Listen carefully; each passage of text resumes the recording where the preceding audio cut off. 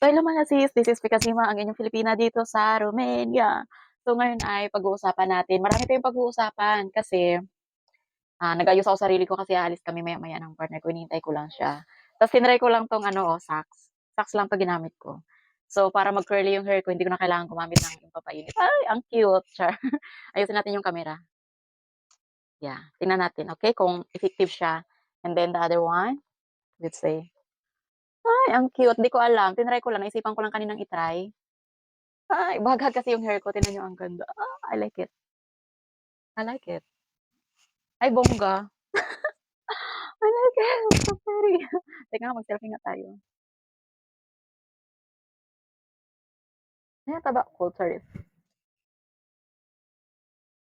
So, ano siya? Ay, ang ganda. I like it so much. Pero, pero ilalagay ko ulit kasi nga, namaya pa kami aalis. So, gusto ko to, charis. So, ito na nga mga langga. Okay. So, may chika din tayo mga langga. Merong dalawang Filipina na tinerminate ng employer. Ang reason ay hindi sila kontento kung ano yung galaw ng mga Pilipina siguro. Alam nyo na, iba kasi yung mga employer dito eh. Tapos yung mga helper galing naman sa Hong Kong, alam naman natin kung gaano kahirap talaga sa Hong Kong eh. Talagang napagdaanan natin yung trabahong kalabaw sa Hong Kong. And ganito yon. Nung tinerminate yung isa, ilang buwan pa lang siya dito, 4 months yata, nagkaroon na siya ng ID, ng Romania, ID. So, nakapagbiyahe siya papuntang Netherlands. Ang galing, ay nako, Dong, huwag ka munang umiyak, Dong. Naipagkisisa mo na yung nanay mo dito. Oo, saglit lang. Sumasali. So, nung na-terminate siya, wala siya ibang ginawa kundi tumakbo talaga. So, nagbiyahe siya papuntang Netherlands. So, congrats sa'yo sis. Nandyan ka na sa lugar na kung saan ang mga tao dyan ay mababait at mataas ang sahod. Congratulations sa'yo. And next, ang isa nating kababayan, nasa Bucharest.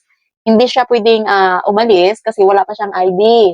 Ngayon, sinabi ko sa kanya kung nakapagpa-picture ba siya para sa ID. Ika niya, yes. Nakapagpa-picture siya para sa kanyang ID, pero ang sabi daw ng employer niya, nakat na daw yun. Sabi ko, pwedeng nakat na yung visa mo, pero meron na siyang card ID. Pwede niya nang kunin yung sa immigration kasi nandun lang yan, hindi yan kukunin ng employer. So, mabuti naman at nakuha na niya hindi ko alam kung nakuha na niya. Basta sinabihan ko siya. Ngayon, ang sabi niya, pupuntahan niya daw. I think today, Wednesday. Sabi ko, puntahan mo para makuha mo yung ID mo, pwede ka nang magbiyahe palabas ng Romania. Kasi ang ID natin dito mga langga, Schengen visa na. Kaya, malaya natin gagamitin yung ID natin pag nagka-ID na. So, ang ganda nga kasi nga, malaya kayo. Pagdating nyo dito, pag hindi ka nagustuhan ng employer nyo, dilipat kayo sa ibang part ng Europe. Ganun lang. Tsaka, doon sa Spain, may kaibigan ako doon sa Spain, sabi niya, mas na-appreciate niya daw ang buhay niya doon sa Spain kung nung panahong nandito siya, iba daw talaga ang buhay dito kasi parang wala kang buhay dito. Kumbaga hindi mo may enjoy ang buhay na meron ka dito sa Romania kasi gawa ng ang mga amo dito silan-silanan sa buhay, yung parang alam mo yung ginagawa kang robot, matindi pa sa Chinese nga, baga ganoon. So, ayun siya, ang ginawa niya, nagbakasyon siya sa Pinas, after 1 year niya dito, nagpaalam siya sa amo niya, pwede ba siya magbakasyon sa Pinas, pinayagan siya magbakasyon sa Pinas. Nung pagbalik niya dito, hindi na siya lumabas ng Romania, immigration, dumiretso na siya ng flight papuntang Spain. So, kung magtataka kayo kung ano yung ginawa niya para makalusot doon sa Spain, bumili siya ng ticket papunta ng Spain, tapos meron siyang contact doon, may tirahan na siya, may tutuluyan na siya. Tapos bumili siya ng ticket na back and forth kumbaga papunta ng Spain at pabalik ng Romania. So bali ano niya lang yun. Showing lang yung isang ticket para pabalik dito pero hindi na siya bumalik. And then teka nga, kunin ko na nga tong aking ano. So ito, introduce you, charis. Ito yung visa ko. So, kung nagtatanong kayo kung kamusta yung visa ko, anyway, wala pa akong visa. Bali, yung aking papel pa lang, kumbaga, ang pagkatao ko ay nakakapit pa lang sa batang ito. So, nasa kanya nakasalala yung aking kapalaran. So, ayun lang ang mga langga, no? Anyway, ang problema lang naman kasi doon sa mga naging employer nila, overwork. Yung isa naman, sobrang silang daw talaga ng employer, first baby, tapos kinuha na siya as helper, kumuha pa ng local na nanny para sa sanggol. Tapos, parang hindi ganun pinapahawak yung bata sa kanya. Kaya, nagtaka siya kasi mga 3 weeks na daw siya hindi pinapapasok sa trabaho kasi nakabukod siya ng tirahan. So, ang nangyari noon, tumawag sa agency, ganyan, kung may trabaho pa ba siya, wala na. Tapos nag-inform na yung employer na tinerminate na siya. So, ayan. So, kahit paano binigay rin naman yung kanyang rights, yung pera niya, yung sahod niya. So, ayun na nga mga langga, no, hindi natin talaga hawak yung utak ng mga employer. Kaya sabi ko nga sa inyo, karamihan talaga dito ng mga employer, hindi okay yung mga ugali nila, may sariling. Hindi ko alam. Iba talaga sila as in, kakaiba. Kasi nga, sa totoo lang, natapos ko yung mga kontrata ko sa Saudi, sa Hong Kong, nakaya ko yung mga trabaho. Alam naman natin kung gaano talaga kahirap ang trabaho. Nasabi ko na to sa mga nakarang kong video ha. Na-share ko na to.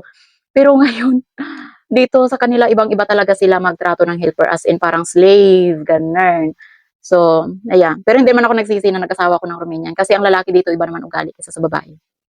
May mga ibang Romanian naman na lalaki na may kaugaling babae, pero karamihan talaga dito matino yung mga lalaki.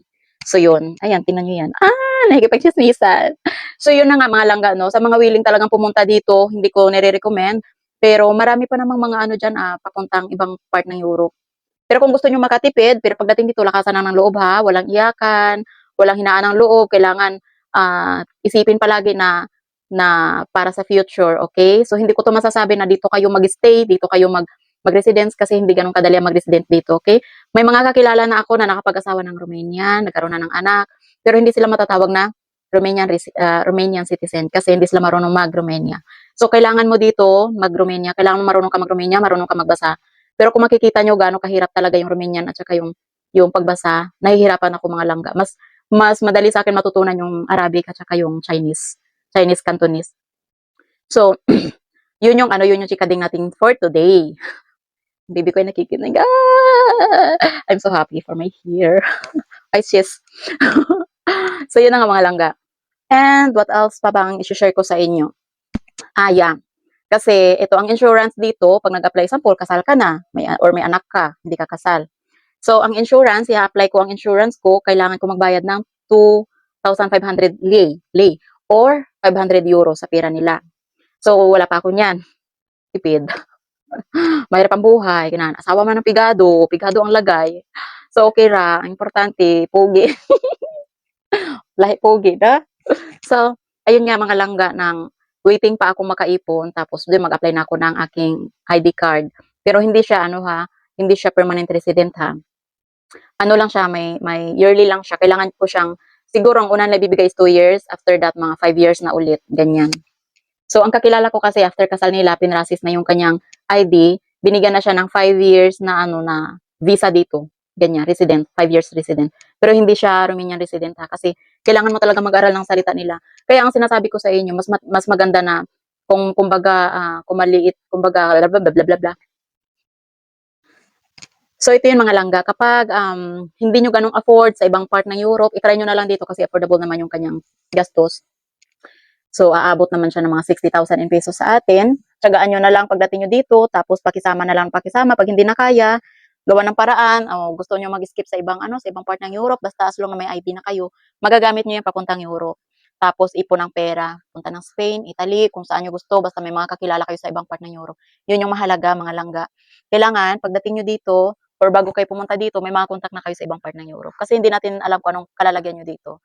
Okay? Hindi ako naninira or whatsoever, basta yan yung mga experience ko dito at mga experience ng iba kong mga kakilala at iba nating mga kababayan. And sa nagsasabi pala na daw na hindi raw totoo yung mga kwento ko dito sa YouTube, hello. Lahat ng mga ganap ko dito sa YouTube totoo, lahat ng mga nangyayari dito sa Romania. Yan mga langga, kasi kung wala namang katotohanan, hindi ako mag-share ng kung ano-ano kasi mahirap nang baliktarin ako at baka makasuhan pa ako. Kaya ang kinikwento ko lang kung ano yung mga experience ko at mga katotohanan. Mahirap na magawa-gawa tayo ng kwento na hindi totoo. Tapos ang mga shine-share ko lang kung ano yung mga naranasan ng mga kapwa nating Pilipina, lalo na ako. Oh, 'di ba? Smile ang baby ko. Oo. Kung hindi dahil sa'yo na-deport na ako, Gong. Kung hindi dahil sa'yo, buti na lang, nandiyan ka, biglaan lang 'to.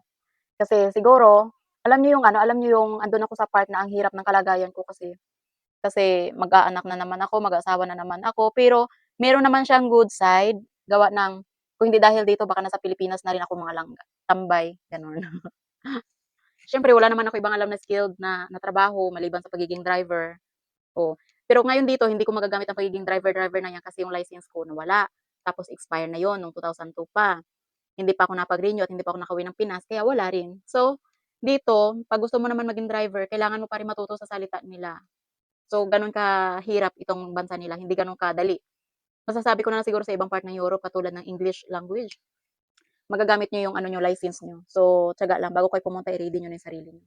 So, sa ngayon mga langga, yan lang muna i-she-share ko, yan lang muna i-she-share namin ni baby na merong mga applicant na umalis, nagpunta ng ibang part ng Europe, at least sa Netherlands maganda. Maganda sa Netherlands, as in mga langga. And then sa mga nagtatanong kung may allowance dito 'pag nanganak ka, yes, may allowance sa mga baby. Ito nakatanggap na siya ng allowance. So, bale every month na yung allowance niya for 2 years. So, sa pera natin mga nasa 8,000 lang. Ngayon, kung ang asawa mo or ikaw may kontrata dito sa Romania, for example, may kontrata ka na 1 year na nagtatrabaho, pwede mo siyang i-apply na paternity or maternity, may makukuha kang mga nasa 15,000. Kumbaga sa kanila dito 1,500, bale €300, kumbaga sa atin mga nasa 20,000 na yan in pesos. Yun yung magiging monthly mo for 2 years. Basta yung partner mo dito na Romanian merong kontrata sa trabaho na 1 year na siya nag-service, gano'n. 'Di ba ang galing, tapos plus ito, maganda, oh, 'di ba? Yung partner ko kasi late na siya nakapag nagkaroon ng kontrata, kaya hindi na siya nakahabol sa 1 year paternity requirements. Kaya ito lang munang may sahod, okey lang 'yan, okey lang 'yan. 'Di ba? Oh, so yun mga langga, yun lang muna ating share, tsaka machika din natin dito. And then magse-share na ako sa susunod kung ano pa nating mga, chika-chika-chika. Sa ngayon ito lang muna kami. Bye-bye, see you.